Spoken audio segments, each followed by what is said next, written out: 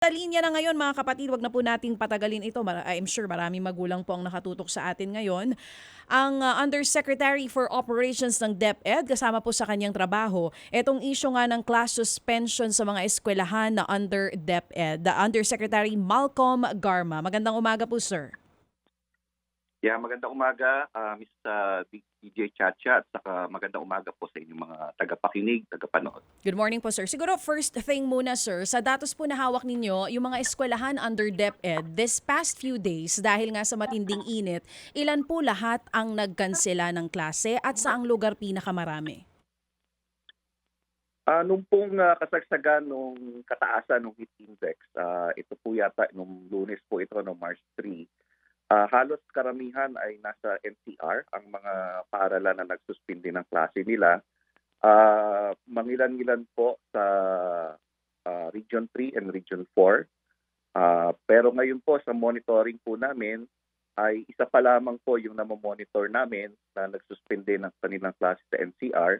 May isa rin po sa Region 3 at may isa rin po sa Region 4A. So mas kaunti na po ngayong araw na ito.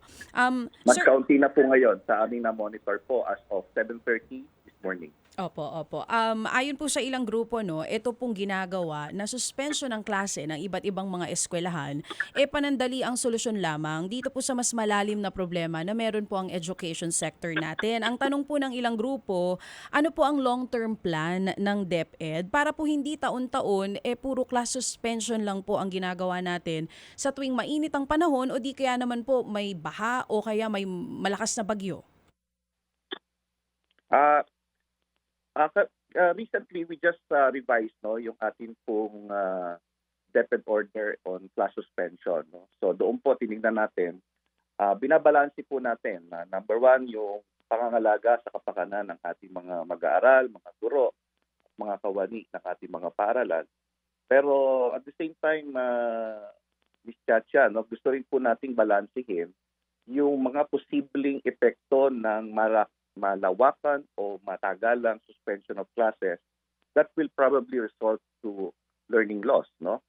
Dahil batay sa pag-aaral, talagang mas epektibo pa rin yung face-to-face classes kaysa doon sa pag-aaral sa ating mga bahay, no? Number one, we have to really strengthen yung ating home-based learning, no? Yung tinatawag nating alternative delivery mode, no? May it be modular, may it be online, may it be hybrid.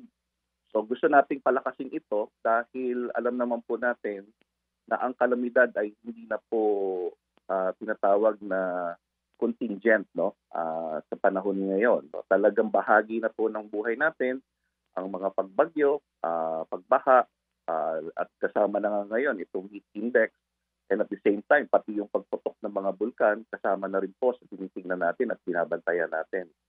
So number one, we have to really invest on resilient schools, no? Meaning ito yung mga dapat ang disenyo ng ating mga paaralan ay withstand, no, ng malakas na hangin. Maaring ito yung mga disenyo natin na hindi na po binabaha yung unang palapag. Bagamat alam natin pagdating sa pagbaha, hindi natin may iwasan. May mga eskwelahan po tayo na nandun po talaga sa mga mabababang lugar, kaya wala tayong magagawa tungkol sa pagbaha.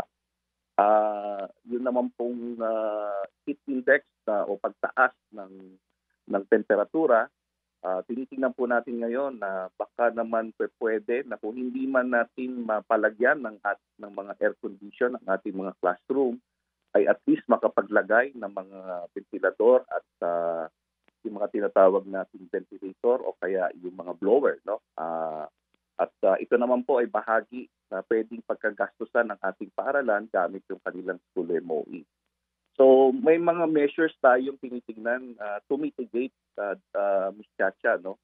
Itong mga epekto ng pagbabago ng klima at panahon. So, sabi nyo nga po sa inyo mismo, nabanggit nyo lahat ng measures na sa ngayon ay tinitignan pa lang ng ahensya. So, right now, ang tangi lang talaga po natin na po pwedeng gawin ay class suspension. At yung binabanggit nyo po kanina, nakasama rin sa gagawin ng inyong ahensya ay yung pagpapalakas ng alternative learning system sa mga tahanan. na alam po natin hindi lahat kaya po yun dahil hindi lahat ng magulang kaya din pong turuan yung kanilang mga anak. So right now, wala po tayong pwedeng gawin. Ito lang talagang solusyon natin?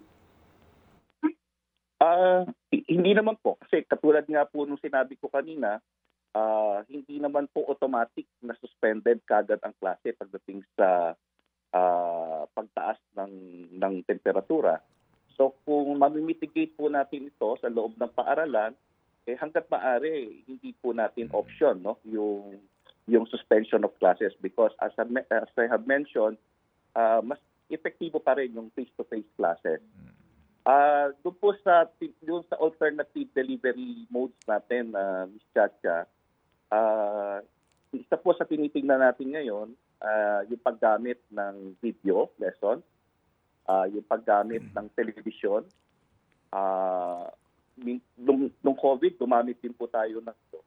So hindi lamang po yung module ang isa sa mga maaring gamitin natin pagdating sa home-based learning.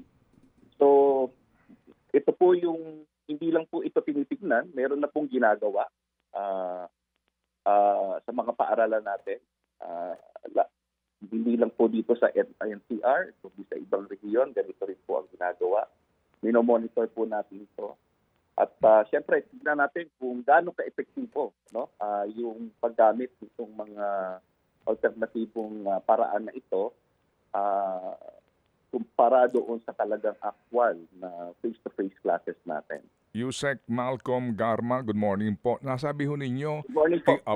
Opo. Thank you po sa inyong panahon. Sabi ho ninyo, tignan natin kung gaano ka-epektibo itong alternative learning na maaring ipatupad. Pero Yusek, kalalabas lang po ng EDCOM 2 report.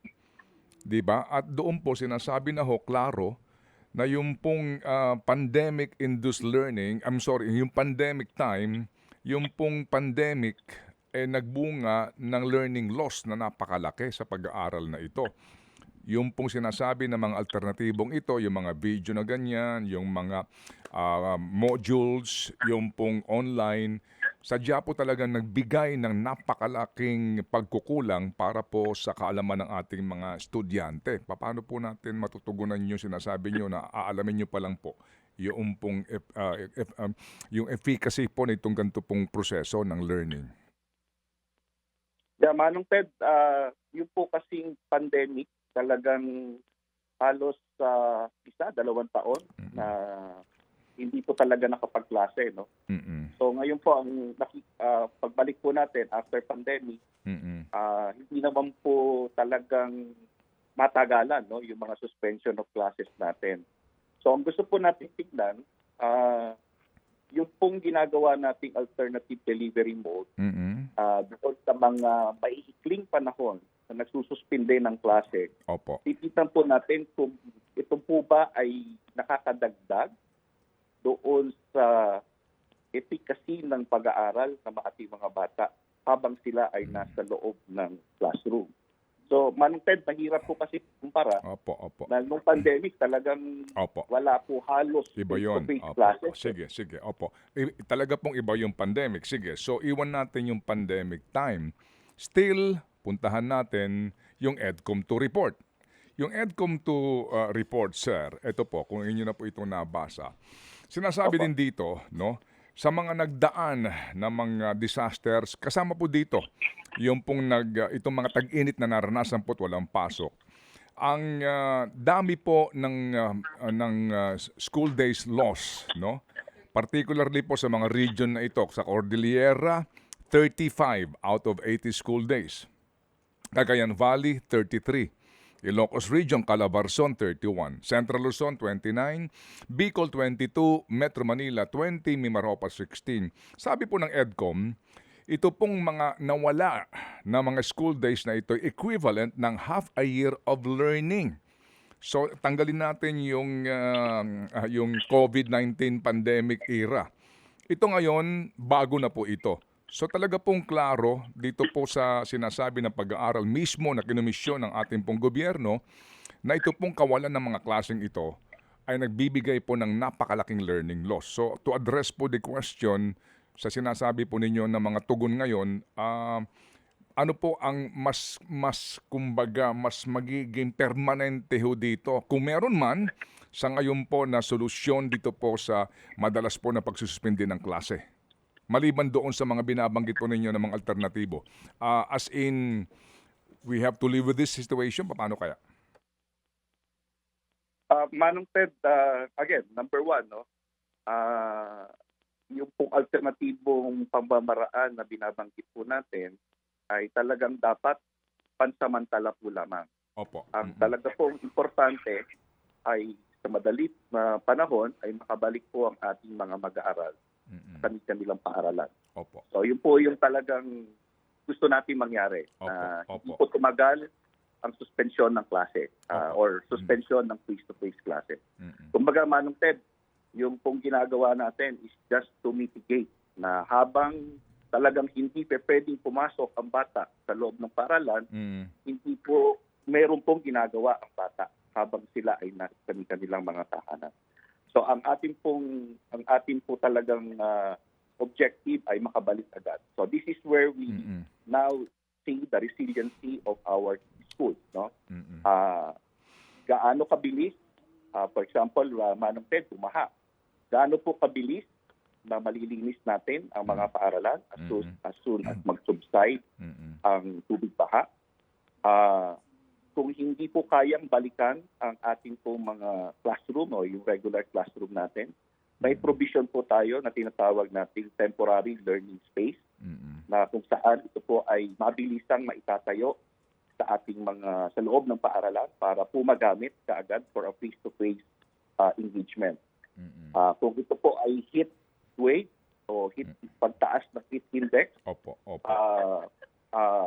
siguraduhin natin na maganda ang ventilasyon ng ating mga classroom. Sa ganon, kung bababa po ang temperatura ng mas mababa doon sa naranasan natin ng Lunes, ay maaari na po makabalik kaagad ang ating mga mag-aral. Manong Ted, talagang definitely for yung lalong-lalo na po yung stage 2-3 natin, yung stage 1 na tinatawag po natin. Dito po natin hinupubog ang mga mag-aaral sa pagbasa at pagbilang. Hindi po talaga epektibo na ito ay ituro sa kanilang mga bahay. Dapat po talaga ito ay may teacher at kailangan pong gawin sa loob ng paaralan. Sige po, alam niyo ho, naunawaan namin, Yusek, kung gaano kahirap, no, ang sitwasyon na ito because of climate change na rin, no? Compared nung mga unang siglo pa, kumbaga. Pero, Yusek, during the past administration sa DepEd, pinag-aaralan pa lang yung gradual na pagbabalik sa orihinal na ating school calendar. And pagkatapos, dahil nga sa mga pangyayaring ito, mukhang bibilisan na daw po. Ano ba ang status nito? Yung pong dati-rati, hindi ho ba June ang pasukan natin, no? Particularly po sa public school. Pagkatapos po pagsapit po ng Marso, summer vacation na ng mga bata. Ano ho ang status nito ngayon sa transition natin sa pagbabalik po sa original? Kasi nung una, kaya po yan na-adjust kasi nga panahon naman ng tag-ulan, lagi pong walang pasok. Ngayon po kasi, eto na, tag-init naman po pinoproblema natin. Meron ho ba kayong update doon? Kasalukuyan po, Manong Ted, binabalangkas natin yung school calendar. At halos nakabalik na po tayo doon dahil Hunyo na po ang pagbubukas ng susunod na school year natin. So, kumbaga napabilis yung transition, ano po, Yusek, no? Opo. Yes, sir. Yes, Oo, sir. dahil nga dito sa El Nino na ating naranasan, right? Opo. Oo, so ito naman pong ating harapin, itong habagat, Opo. kung we will, alam nyo, napakahirap nga kasi ngayon ang sitwasyon eh. Pero ang sinasabi po naman ng iba, dahil nga din po sa ang problema po natin ay yung discomfort, no, yung health issue sa sobrang tag-init, yung DepEd ay makakatulong din sa pamamagitan po ng pagbibigay nga ng karagdagang mga pangangailangan ng mga guro at estudyante sa mga silid-aralan. Dagdag na electric fan, dagdag po ng mga tubig, yung kanilang mga facilities doon, etc. Ang report po ng ibang public school, inoobliga pa mga magulang mag-ambag-ambagan sa electric fan eh. Ang report ng iba, nag-aambag-ambagan pa sa mga ganitong pangangailangan ng eskwelahan eh. Sa punto po ng DepEd, Ano ho ba tayo doon? May handicap ho ba tayo doon? Manong Ted, dapat hindi po eh. Kasi bahagi po ng binibigay na taon-taon, tinatawag po nating school MOE. Mm-mm. Kabilang po yung pagbili ng electric fan Mm-mm. or blower. Mm-mm. Kasama po yan eh. Mm-mm. Yan po ay perennial problema natin yan, Manong Ted, na bakit meron pang kailangan singilin no, sa ating mga magulang. Mm-mm. Pagka po ganyan, talagang ang dapat po dyan corrective measure. No? Papaliwanag no, yung ating mga school administrators kung bakit kailangan sumingil no, o maningil. Opo. Pero Manong Ted, sa totoo lang, meron din naman pong mga magulang na voluntaryo. Yes, no, yes sir. Opo. Ganun po naman o usually nagdo-donate. Ganun po naman usually, hindi naman inoobliga, pero 'di ba nagsila among itong mga PTA nagsasabi kung maaari mag-contribute, 'di ba? Ganun po Opo, naman 'yon. opo. Wala namang issue ng pilitan, no? But basically nga yung ibang mga magulang po na sinasabihan, o baka pwede tayong mag-ano ng pondo para pambili nito. Isipin mo rin, 'di ba, sa laki ng pera ng gobyerno, parang ba't kinakailangan pa natin mag-contribute? 'Di ba dapat obligasyon na yan ng bawat DepEd school na siguraduhin na meron siyang ganitong simple na basic na pangangailangan, lalo na ngayon sa panahon nga ng climate change, ng sobrang tag-init, Yusek. Opo.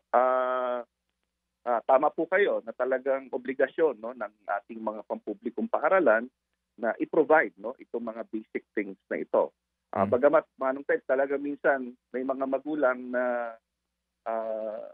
maaaring kusang loob na ma'am, dagdagan po natin yung electric fan ninyo. No? Opo. Kulang po yung dalawa. So gawin po nating 3 o gawin nating 4. So minsan may mga ganyan po. Pero Manong Ted, kung talagang merong mga, palagi naman mo namin sinasabi ito, ipagbigay alam po sa amin anong eskwelahan, yung principal, yung teacher, ang mamimilit na maningil upang sa gano'n magawan po natin ng karampatang aksyon. Okay. Sige po. Naunawaan po natin to itong mga ganitong mga bagay. No? Sabi nga ho natin, kaya itong ating panayam ay para po maipaliwanag nga ng DepEd kung ano ba ang mga pinag-iisipan, mga plano. Basically po, ang punto dito ay yung learning loss no, na pinag-uusapan. So, school calendar, babalik na ho tayo sa next school year, practically po sa dating kalendaryo. Sa usapin po ng kapag ganito na karami ang recorded natin na walang pasok sa iba't ibang mga regions, yun talagang i-extend natin po yung haba din po ng pasok ng mga bata. Yan ho ba yung napag-iisipan po ng DepEd? Yes, Manong Ted, no? Isa po sa mga paraan is really yung make-up classes. No? Palakasin po natin yung pagpapatupad ng make-up classes. Bakit ko po sinasabing palakasin? Kasi hindi naman po pwedeng, for example, pumasok kayo ng Sabado for makeup classes pero hindi naman halos nakapagturo ang mga teacher o hindi rin pumasok ang mga bata dahil Sabado. Or in-extend po natin yung ating school days because we have to make up for certain lost classes no, or in-person classes. So, palakasin po natin yun. Gawin natin totoo yung makeup classes na talagang kung ano po yung kailangan habulin na pag-aaral o leksyon, kailangan yun po talaga yung mangyari during makeup classes. So tama po kayo, bahagi na po yan ng alternatibo natin. No? Kung talagang hindi maiwasan na may mga suspension of classes, we have to do certain makeup classes. Opo, sige. So dito po balikan ko lang itong sobrang init. Kapag ho kasi baha, no, ibang usapan yon, no? Kapag talaga mayroong pong typhoon signal, iba rin pong usapan yon. Dito po sa tag-init na ito, meron na ano ho bang sinasabi dito nila Secretary? Pakikipag-ugnayan din po sa mga LGU sa Limbawa.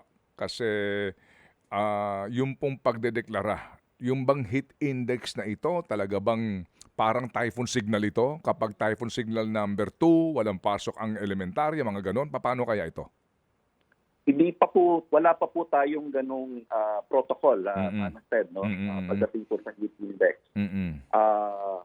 Bagamat batay po sa pag-aaral o DOH na meron pong certain bracket Mm-mm. na certain degree, temperature degree, Mm-mm. na kung saan ito na po yung nasa danger zone, no? Opo. Sinasabi nila. At ito Opo. po ay I think naglalaro po ito sa 40 hanggang 46, no? Opo. Something like Opo. that. Mm-mm. So wala po tayong protocol, but kaya po ipinauubaya natin yung desisyon ng suspension of classes Mm-mm. sa ating mga local government unit, Mm-mm. but of course in coordination with the DepEd officials, no? Mm-mm. So talaga pong titingnan po natin yung kondisyon, no, yung totoong nararamdaman natin na init.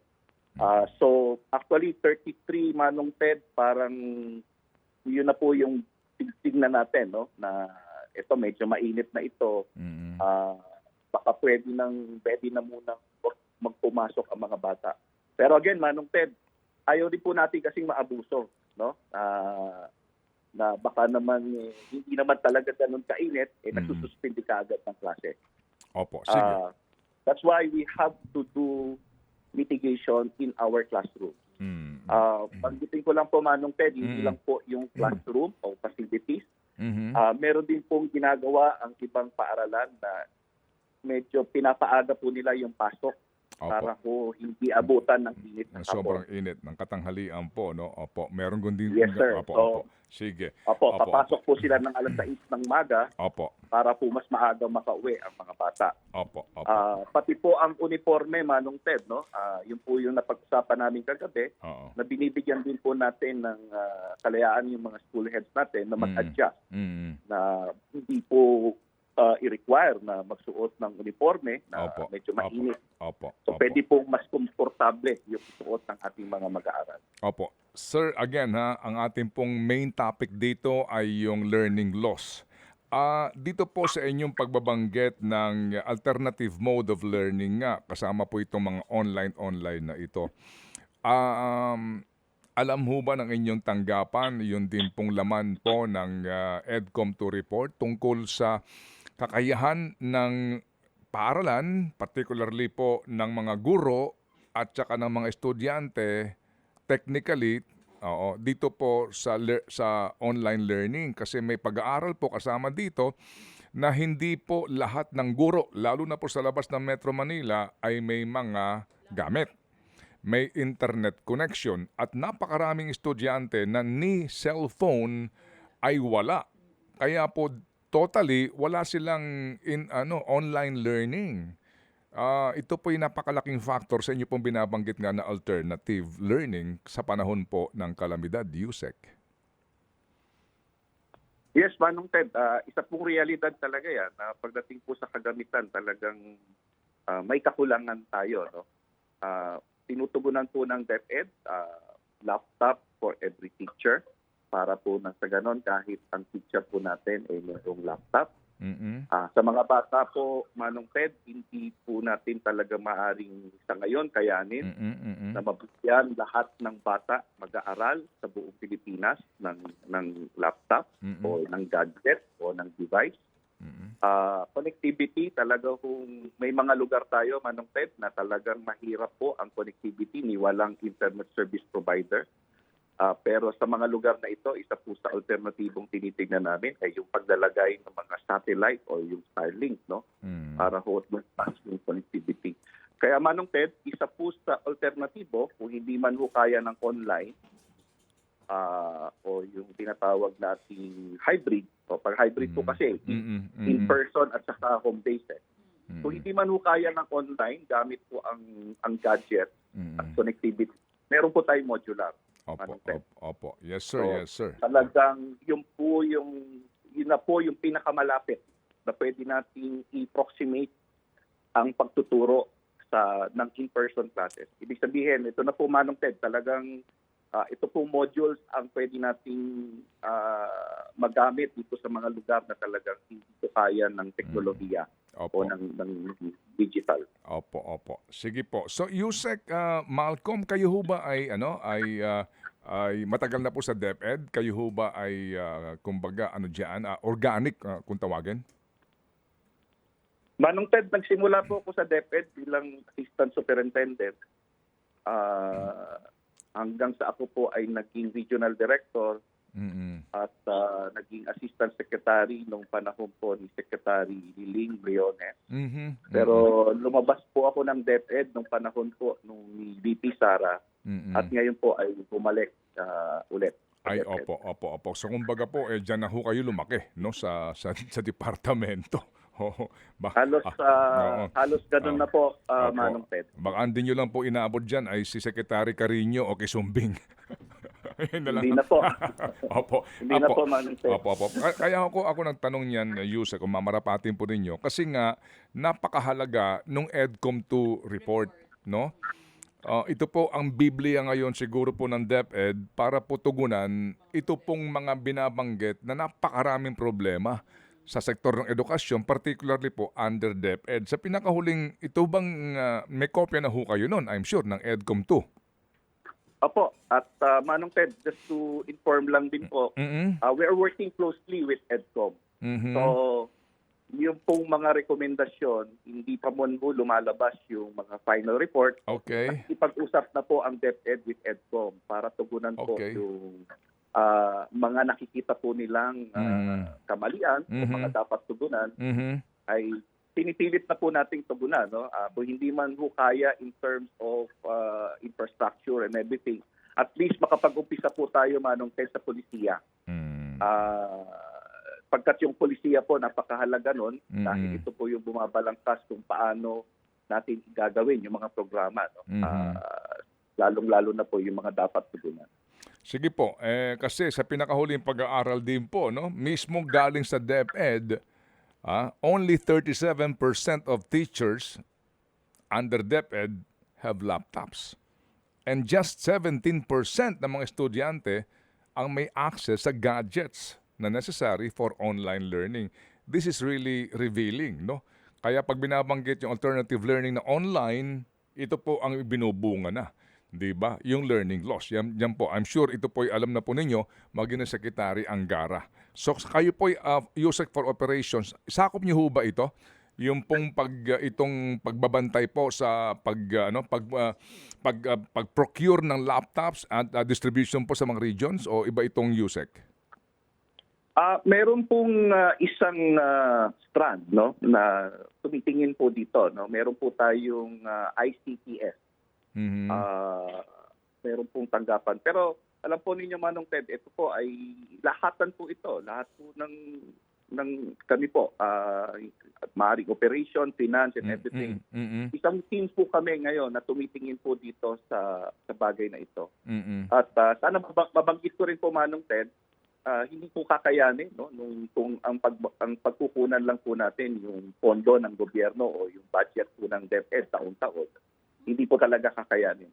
And this is why we are also venturing to sa public-private partnership, no. Matap po natin ang private sector para po nang sa ganon makatulong po, lalong-lalo na po sa larangan ng digitalization. Opo. Sige po. Yan po, Manong Ted, yung isang major program that we are embarking on. Opo. So that it can also complement, no? Kung ano na po yung kaya po ng gobyerno, baka po makadagdag pa ang ating pribadong sektor. Sige po. So bilang bilang sa akin na lang panghuli. So USEC, dito po sa usapin po ng heat wave na ito, itong mga heat index na ito na issue, wala pa ho talaga kayong so far guidelines na nilalabas ang national.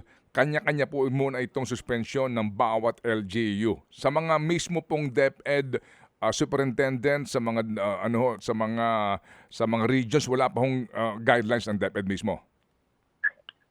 Manong Ted, nung pong Lunes ng gabi, nagpalabas na po kami ng reiteration ng amin pong existing DepEd order tungkol sa suspension of classes. So, ganun pa rin po. Nabanggit ko po kanina, wala po tayong protocol kung anong temperatura ang dapat na sundin natin. Bagamat meron pong ipinalabas ang DOH na guideline kung ano po yung danger bracket ng temperature na dapat na po natin consider as danger. So, tama po kayo, LGU pa rin, mayor, governor, in coordination with our superintendent, Okay. can declare suspension of classes due to heat index.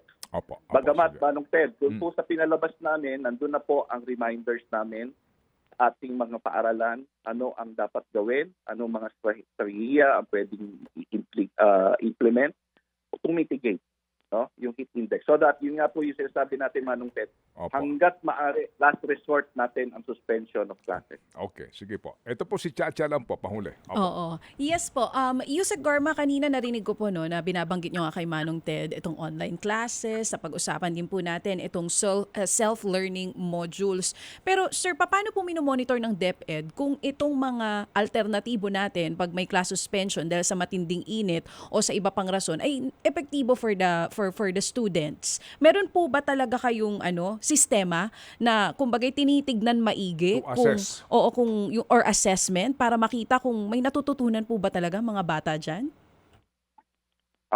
Ms. Tatcha, meron pong mga monitoring tools na ginagamit ang ating mga regions, divisions, no? Kasi dahil nga po sa pandemic, natutunan na natin, no, na bahagi na talaga po ng ating learning delivery ay itong paggamit ng self-learning modules or online classes. So, may mga tools po na ginagamit. At sinisiguro po nila na kahit po wala sa paaralan ang mga bata, namomonitor po nila ang teacher kung nagdi-deliver ng online classes o di kaya ay natututukan o namomonitor na ang mga modules ay nagagawa ng kanilang mga estudyante habang sila ay nasa bahay. Ano po exact tools po yan na binabanggit ninyo? And is it effective, Yusek? Number one, yung monitoring tools is really monitoring the implementation muna, Ms. Chacha, no? Ibig sabihin nito, talaga bang ginagawa? Yun po ang unang titignan. Pangalawa, kung ano po yung mga tinatawag na formative assessment na ginagawa po sa paaralan. Kung sila ay nasa face-to-face classes, yun din naman po yung kukunin nilang assessment itong mga batang nag-module o gumamit ng online. So isa lang po yung assessment tools natin. Ngayon, ngayon pong Marso, magkakaroon po tayo ng assessment sa pagbasa, sa pagbilang. At dito po natin makikita, babahagi po namin sa inyo kung ano po yung magiging resulta. Opo. So dito po natin makikita kung naging epektibo ba in terms of learning outcome yung ginawang yung mga bata na nag-module, no, o nag-online classes. Opo. At titingnan po natin versus doon sa mga kung ito pa ay ginawa nila if they are in school. Okay. So Sige. ngayon pong Marso, ito pong assessment period po natin. Ay, opo. Sige po. So, muli po, Yusek, salamat po ng marami sa inyo pong panahon na binigay po sa aming programa. Katuwang po ninyo kami dito po sa pagpapaliwanag na ito para maintindihan po ng ating mga kababayan ang inyong mga programa, ang inyong pong mga ginagawa at ang inyong pagtugon nga dito po sa mga problemang nakalahad mismo sa EDCOM2 report na ito. Salamat po sa inyong panahon, Yusek. Maraming salamat po, Manong Ted at Ms. Chacha. Apo, thank you. True FM. Yusek Malcolm Garma, ang Yusek for Operations po ng DepEd.